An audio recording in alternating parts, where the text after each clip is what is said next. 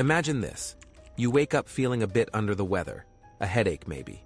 You reach for a bottle of Tylenol, the trusted over-the-counter pain reliever in nearly every household. You take a couple of capsules, expecting relief, but within hours, you're fighting for your life and losing. In the fall of 1982, this nightmare became a horrifying reality for 7 unsuspecting victims in Chicago, leaving a trail of terror and a mystery that remains unsolved to this day. The morning of September 29, 1982, started like any other for Mary Kellerman, a bright 12-year-old girl from Elk Grove Village, Illinois. Complaining of a sore throat, Mary's parents gave her a Tylenol capsule. Within minutes, her life was cut short in a way no one could have anticipated. Mary became the first victim of what would later be known as the Tylenol murders. Hours later, Adam Janus, a 27-year-old father, felt a headache coming on. He too reached for Tylenol.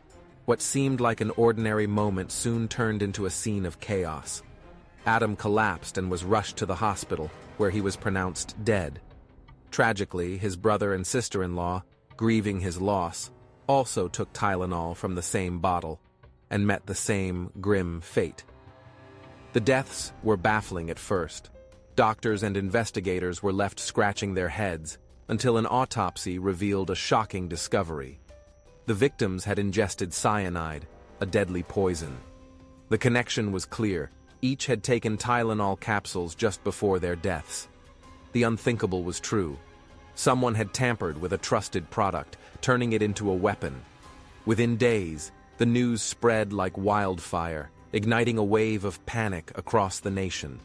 Tylenol, a brand synonymous with safety and trust, was now a name whispered with fear. Stores pulled bottles from their shelves, and families emptied their medicine cabinets, unsure if their own homes harbored a deadly threat. The scale of the response was unprecedented. Johnson & Johnson, the company behind Tylenol, issued a nationwide recall of 31 million bottles, costing over $100 million. The company's swift action was hailed as a public relations triumph, but the damage to public confidence was already done. Could anyone trust over-the-counter medicine again? Meanwhile, investigators raced against time to find the perpetrator. A task force of FBI agents, local police, and medical experts worked tirelessly, piecing together clues. They determined that the killer had likely purchased bottles of Tylenol, injected cyanide into the capsules, and returned them to store shelves. But why? And how could anyone predict where the killer might strike next? The public was on edge, fearing the possibility of more tampered products. Parents checked labels obsessively, pharmacists fielded frantic calls, and sales of Tylenol plummeted. The crisis spurred an urgent conversation about product safety, leading to changes that we now take for granted, such as tamper-evident packaging and sealed medicine bottles. Despite the panic, investigators struggled to find leads. A man named James W. Lewis became a prime suspect after sending a letter to Johnson & Johnson demanding $1 million to stop the killings. Lewis was convicted of extortion but denied involvement in the murders. To this day, the true identity of the Tylenol killer remains unknown. The Tylenol murders remain a haunting reminder of how vulnerable we can be in the face of an unseen threat. The victims, ordinary people doing something as routine as taking medicine, never saw it coming. Their stories resonate deeply, sparking both fear and a determination to prevent such tragedies from ever happening again. The aftermath of the Tylenol murders rippled far beyond the 7 lives tragically lost. It forced a fundamental shift in how companies approached consumer safety. Before 1982, tamper-evident packaging was almost non-existent. But in the wake of the crisis, the U.S. Food and Drug Administration, FDA, issued new regulations requiring products to be sealed with safety mechanisms that make tampering evident. This single case forever altered the way medicines and food products are packaged, an innovation born out of tragedy. Johnson & Johnson's response to the crisis became a case study in crisis management. CEO James Burke, made the bold decision to put public safety above corporate profit, an act of leadership that is still lauded today. The company not only recalled millions of bottles, but also introduced a first-of-its-kind safety seal. When Tylenol returned to shelves months later, the product featured tamper-proof caps and clear instructions to check for evidence of tampering, setting a new standard for the industry. But while the public saw changes that restored a sense of safety, investigators were left grappling with unanswered questions. The painstaking process of tracking every tampered bottle revealed chilling details.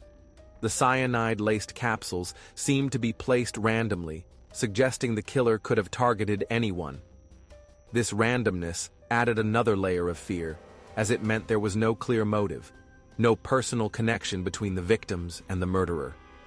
One of the most perplexing elements of the Tylenol murders is how the killer evaded detection.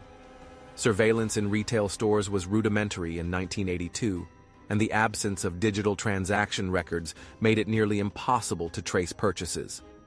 The tampered bottles were scattered across various stores in the Chicago area, pointing to a deliberate effort to obscure the killer's tracks.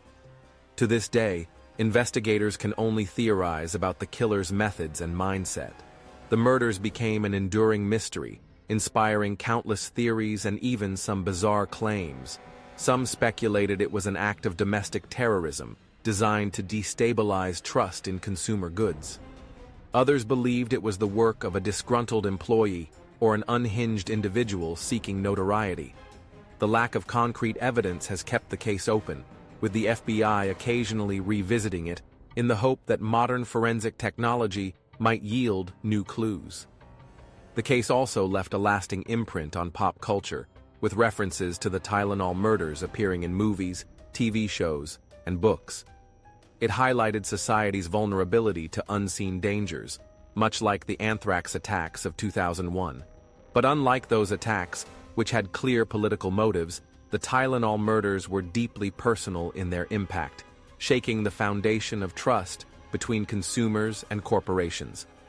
For the families of the victims, the passage of time has done little to ease the pain. Mary Kellerman's parents, Adam Janus's grieving relatives, and others affected by the tragedy have spent decades seeking closure. Memorials and anniversaries of the crime are marked with a somber reminder of lives cut short and justice that remains elusive. Their stories remind us of the human cost behind the headlines. In many ways, the Tylenol murders serve as a cautionary tale about the fragility of everyday routines. Something as mundane as taking a pain reliever was transformed into an act of horror, illustrating how easily trust can be shattered.